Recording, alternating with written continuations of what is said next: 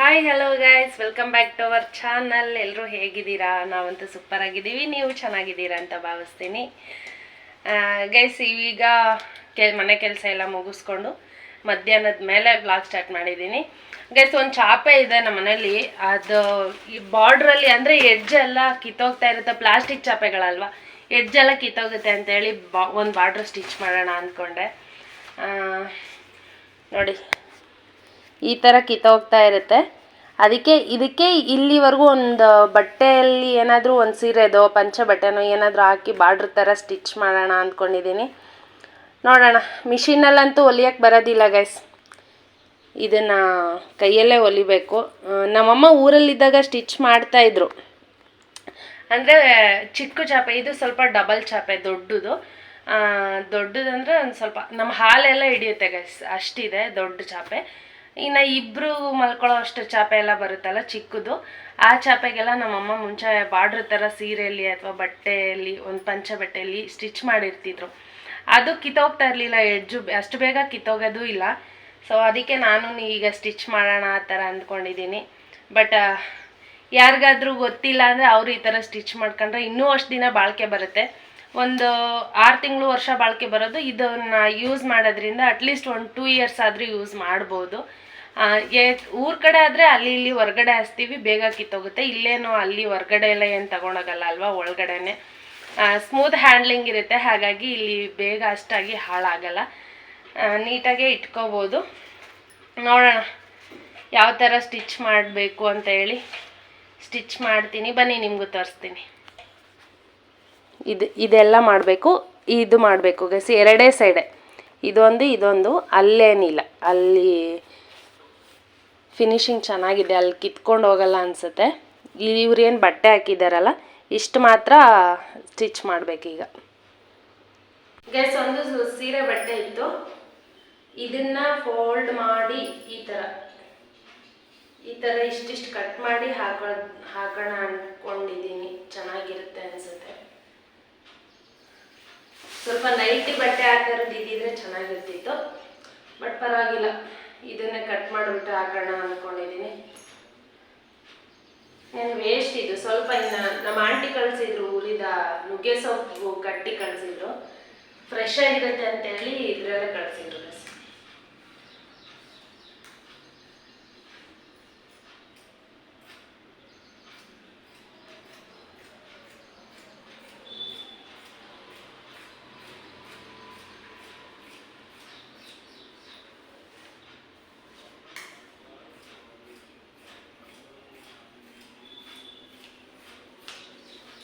ಇಷ್ಟು ಸಾಕು ಅನಿಸುತ್ತೆ ಗೈಸ್.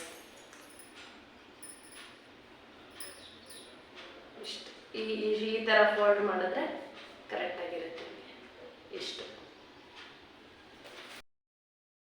ಗೈಸ್, ನನ್ನ ಹತ್ರ ಇರೋದು ಇದೇ ಸೂಜಿ, ಕಾಣಿಸಲ್ಲ ಅನಿಸುತ್ತೆ.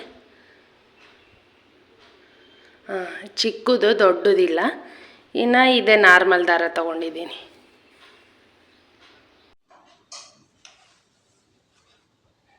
ಗೈಸ್, ಈ ಥರದವು 4 ಪೀಸ್ ಕಟ್ ಮಾಡ್ಕೊಂಡಿದ್ದೀನಿ.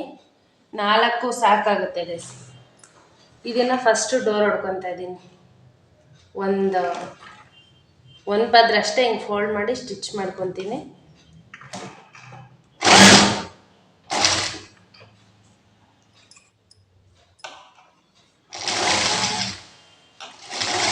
ಎರಡೇ ಸೈಡ್, ಯಾಕಂದರೆ ಕೈಯಲ್ಲಿ ಸ್ಟಿಚ್ ಮಾಡೋಕ್ಕೆ ಈಸಿ ಆಗುತ್ತೆ ಅಂತ ಹೇಳಿ ಮಾಡ್ಕೊತಾ ಇದ್ದೀನಿ.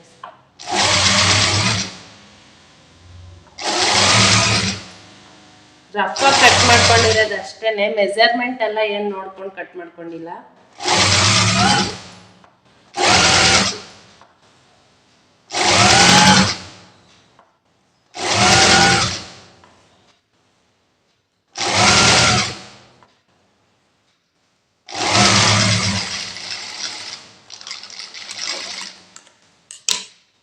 ಜಸ್ಟ್ ಈ ಥರ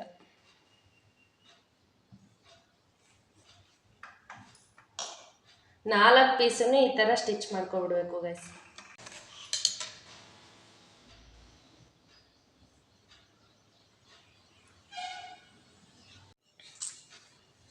ಗೈಸ್, ಇದಕ್ಕೆ ನೋಡಿ 4 ಪೀಸ್ ಈ ಥರ ಸ್ಟಿಚ್ ಮಾಡ್ಕೊಂಡಿದ್ದೀನಿ ಈ ಕಡೆ. ಈ ಥರ ಸ್ಟಿಚ್ ಮಾಡ್ಕೊಂಡಿದ್ದೀನಿ. ಆ ಕಡೆ ಈ ಕಡೆ ಈ ಥರ 4 ಆ ಕಡೆಗೆ 2 ಈ ಕಡೆಗೆ 2 ಸಾಕು ಗೈಸ್. 4 ಪೀಸು. ಹಾಗೆ ನಾರ್ಮಲ್ ದಾರ ಪೊಣಿಸ್ಕೊಂಡಿದ್ದೀನಿ ಆಲ್ರೆಡಿ ಸೂಜಿಗೆ.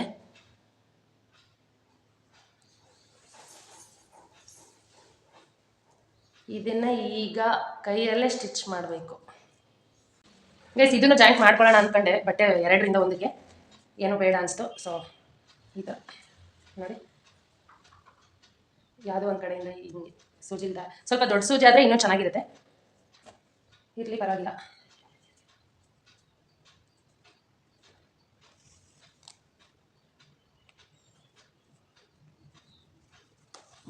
ನೋಡಿ ಈಸಿಯಾಗಿ ಇಲ್ಲೇ ತೋರಿಸ್ಬಿಟ್ಟು ನಾವು ನಾರ್ಮಲಾಗಿ ಏನೋ ಬಟ್ಟೆ ಸ್ಟಿಚ್ ಮಾಡ್ಕೊತೀವಲ್ಲ, ಯಾವುದಾದ್ರೂ ಎಮಿಂಗ್ ಎಲ್ಲ ಮಾಡ್ಕೊತೀವಲ್ಲ ಆ ಥರ ಮಾಡ್ಕೋಬೋದು. ಎಮಿಂಗ್ ಥರ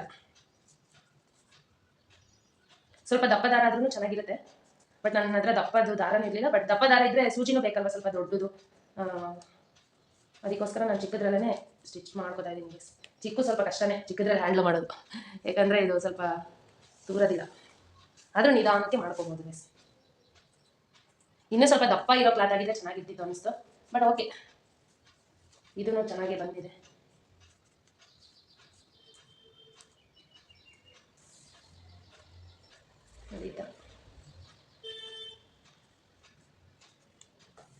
ಅಂದರೆ 2 ಕಡೆನೂ ಕ್ಲಾತ್ ಇದು ಸೂಜಿಗೆ ಸಿಕ್ಕಿದೆಯಾ ಇಲ್ಲ ಅಂತ ಹೇಳಿ ನೋಡ್ಕೋಬೇಕಾಗುತ್ತೆ.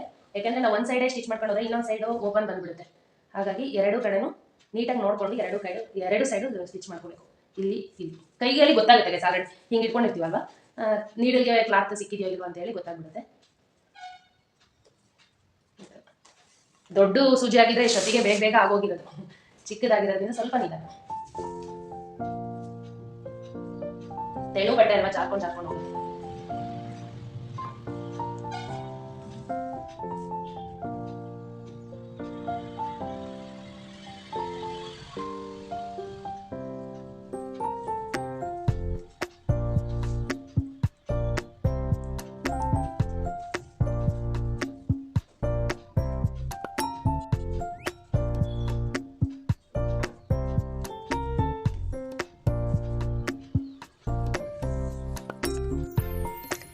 ಗೈಸ್ ನೋಡಿ, ಅಲ್ಲಿಂದ ಇಲ್ಲಿವರೆಗೂ ಆಗಿದೆ.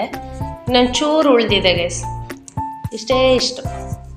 ಇದಕ್ಕೆ ಈಗ ಜಾಯಿಂಟ್ ಮಾಡಬೇಕು.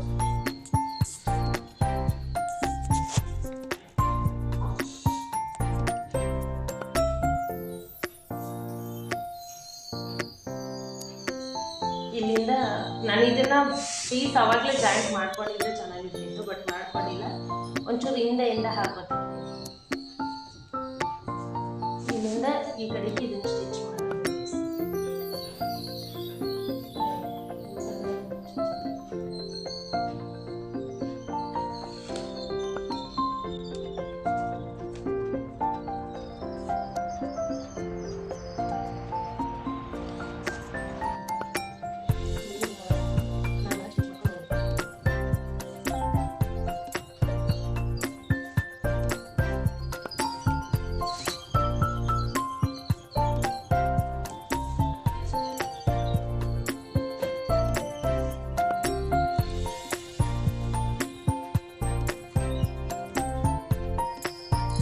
ಗೈಸ್, ಇನ್ನೂ ಎಕ್ಸ್ಟ್ರಾ ಇಷ್ಟು ಉಳಿದಿದೆಯಲ್ಲ, ಇದನ್ನು ಇಲ್ಲಿಗೆ ಕಟ್ ಮಾಡಿಬಿಟ್ರೆ ಇದು ಸೀರೆದೆಲ್ಲ ಹಿಂಚ್ಕೊಂಡ್ಬಿಡುತ್ತೆ. ಅದಕ್ಕೆ ಹೆಂಗಿದ್ರು ಆ ಕಡೆ ಸೈಡ್ಗೂ ಉಳಿಯುತ್ತೆ. 4 ಕಟ್ ಮಾಡಿರೋದ್ರಿಂದ ಈ ಥರ ಫೋಲ್ಡ್ ಮಾಡಿಬಿಟ್ಟು ಡಬಲ್ ಫೋಲ್ಡ್ ಸ್ಟಿಚ್ ಮಾಡಿಕೊಂಡ್ರೆ ನಮಗೂ ಇಲ್ಲಿ ಬಟ್ಟೆ ಹಿಂಚ್ಕೊಳ್ಳೋದು ಇಲ್ಲ.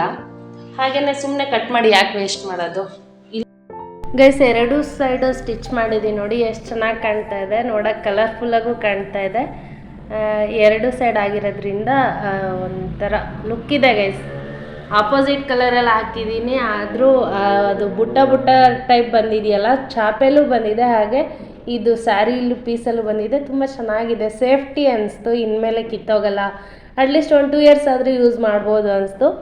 ಇನ್ನು ನಮ್ಮ ಮನೆಯವ್ರಿಗೂ ಈಗ ಬರ್ತೀನಿ ಅಂತ ಕಾಲ್ ಮಾಡಿದ್ರು. ಸೊ ಅವ್ರಿಗೋಸ್ಕರ ಚಪಾತಿ ಆಮೇಲೆ ಚಟ್ನಿ ಮಾಡೋಣ ಅಂತೇಳಿ ರೆಡಿ ಮಾಡ್ತಾಯಿದ್ದೀನಿ. ಒಂದು 2 ಗಂಟೆಗೆ ಬರಬೇಕಿತ್ತು ಗೈಸ್ ಇವತ್ತು.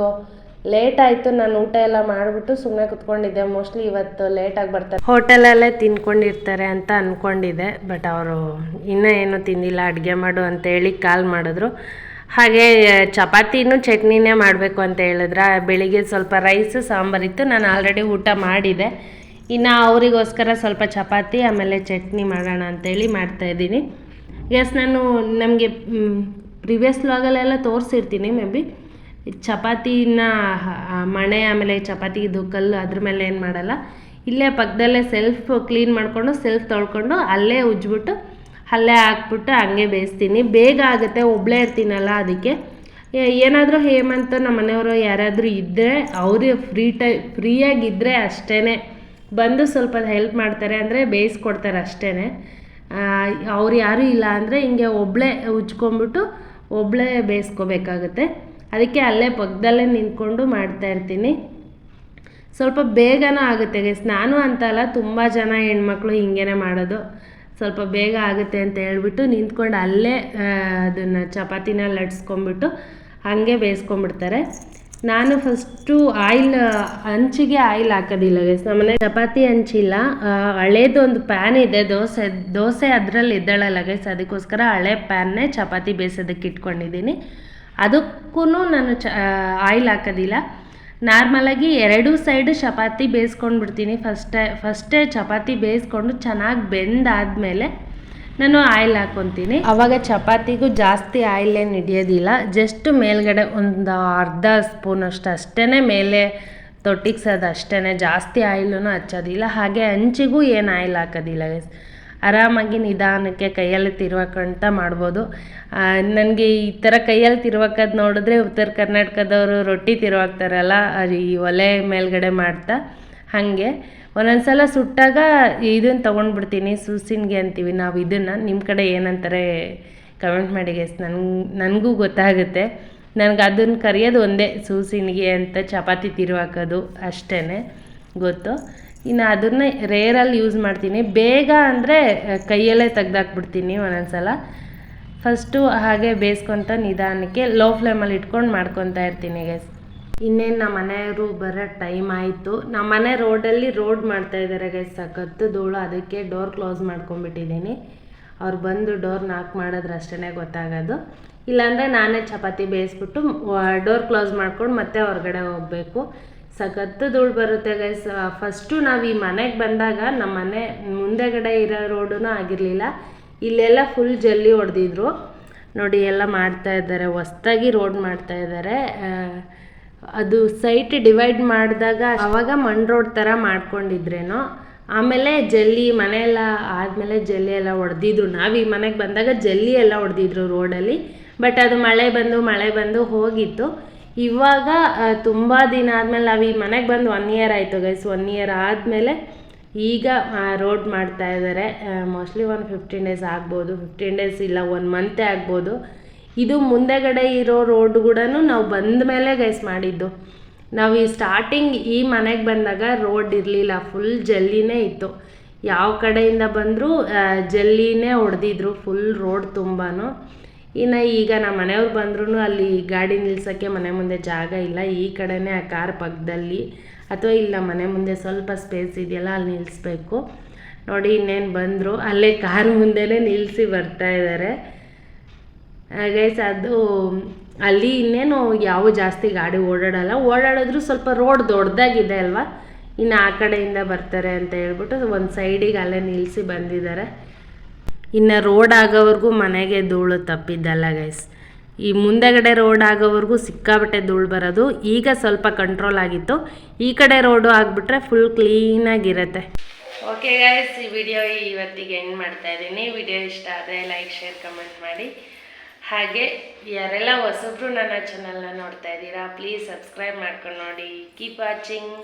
ನಾಳೆ ಹೊಸ ವಿಡಿಯೋದೊಂದಿಗೆ ನಿಮ್ಮ ಮುಂದೆ ಬರ್ತೀನಿ. ಅಲ್ಲಿವರೆಗೂ ಟೇಕ್ ಕೇರ್, ಬಾಯ್.